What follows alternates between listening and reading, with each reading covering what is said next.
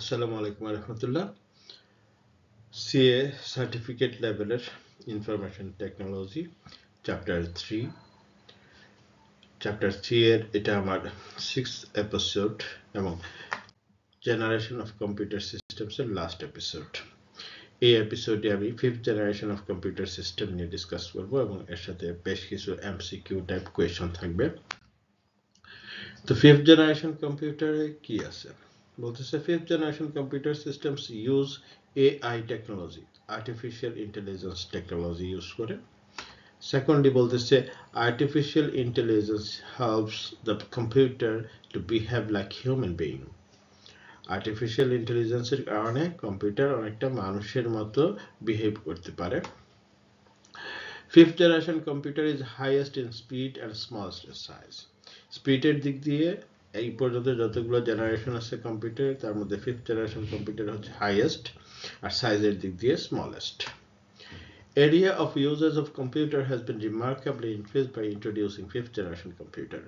5th generation কম্পিউটারের টেকনোলজির কারণে তার area of usages of computer remarkably বেড়ে গেছে।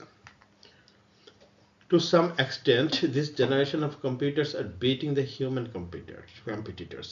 বলতেছে কিছু কিছু ক্ষেত্রে এই 5th generation কম্পিউটার হিউম্যান বিংকে তার কম্পিটিটর বলতেছে কিছু কিছু ক্ষেত্রে, এবং এই মানুষকেও ছাড়াই গেছে, কম্পিটিশনে মানুষের চেয়েও ভালো করতেছে। যেমন গেমের ক্ষেত্রে, ইভেন কিছু আর্টিস্টিক অ্যাক্টিভিটিসের ক্ষেত্রেও এই 5th জেনারেশন কম্পিউটারের আর্টিফিশিয়াল ইন্টেলিজেন্সই মানুষের চেয়েও ভালো করতেছে, হিউম্যান বিং এর চেয়েও ভালো performance. Its ultra large scale integration technology, ULSI technology, can integrate millions of transistors on a single microchips. তার আগের জেনারেশনে ছিল থাউজেন্ডস অফ ট্রানজিস্টরসকে মাইক্রোচিপ, একটা সিঙ্গল মাইক্রোচিপের মধ্যে ইন্টিগ্রেট করতে পারতো। আর 5th জেনারেশন কম্পিউটারে বলতেছে তার আলট্রা লার্জ স্কেল ইন্টিগ্রেশন, ওটাতে ছিল ভেরি লার্জ, এটা হচ্ছে ultra large scale integration technology. এর মাধ্যমে মিলিয়নস অফ ট্রানজিস্টরকে একটা সিঙ্গল মাইক্রোচিপের মধ্যে ইন্টিগ্রেট করতে পারে। It can run tasks of 2 or more microprocessors simultaneously with its parallel processing method. এটা at a time 2 কিংবা ততোধিক মাইক্রোপ্রসেসর একই সাথে প্যারালালি প্রসেস রান করতে পারে। হ্যাঁ, তার প্রসেসিং মেথডের মাধ্যমে, প্যারালাল প্রসেসিং মেথড বলে যেটাকে, সেই প্যারালাল প্রসেসিং মেথডের মাধ্যমে 2 বা ততোধিক মাইক্রোপ্রসেসর টাস্ক রান করতে পারে সিমultaneously. It is portable and small. সাইজে ছোট এবং portable.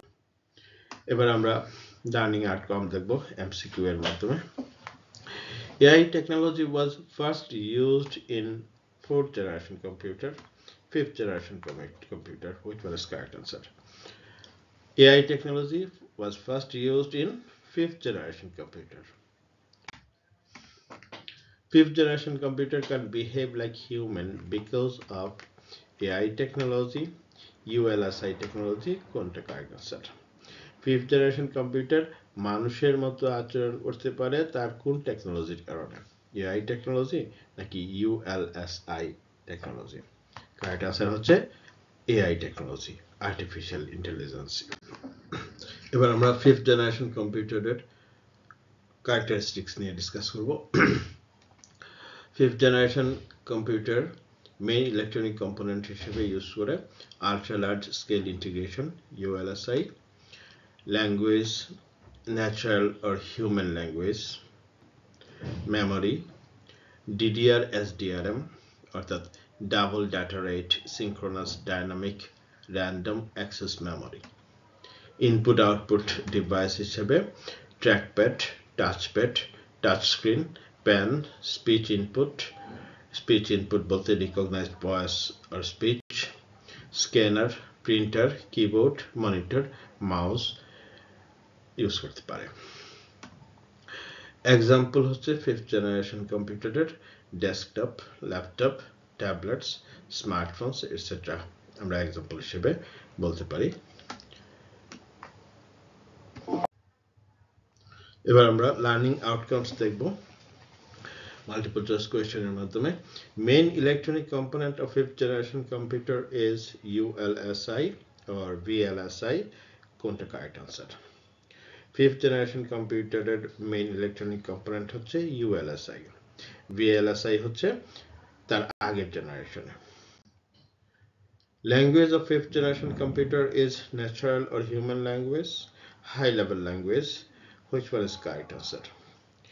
Natural or human language is the language of fifth generation computer. DDR SDRM, double data rate synchronous dynamic random access memory of fifth generation computer is used as memory or input output device. Which one is correct answer? DDR SDRM use হয় memory হিসেবে। এই ছিল এই history of কম্পিউটারের chapter 3 এর part, এটার last episode, এবং এর মধ্যে অ্যারাউন্ড 6টা ভিডিওতে আমাদের প্রায় 35টার মতো MCQ এক্সাম্পল আছে যা আপনাদের পরীক্ষায় কাজে লাগতে পারে। Thank you very much.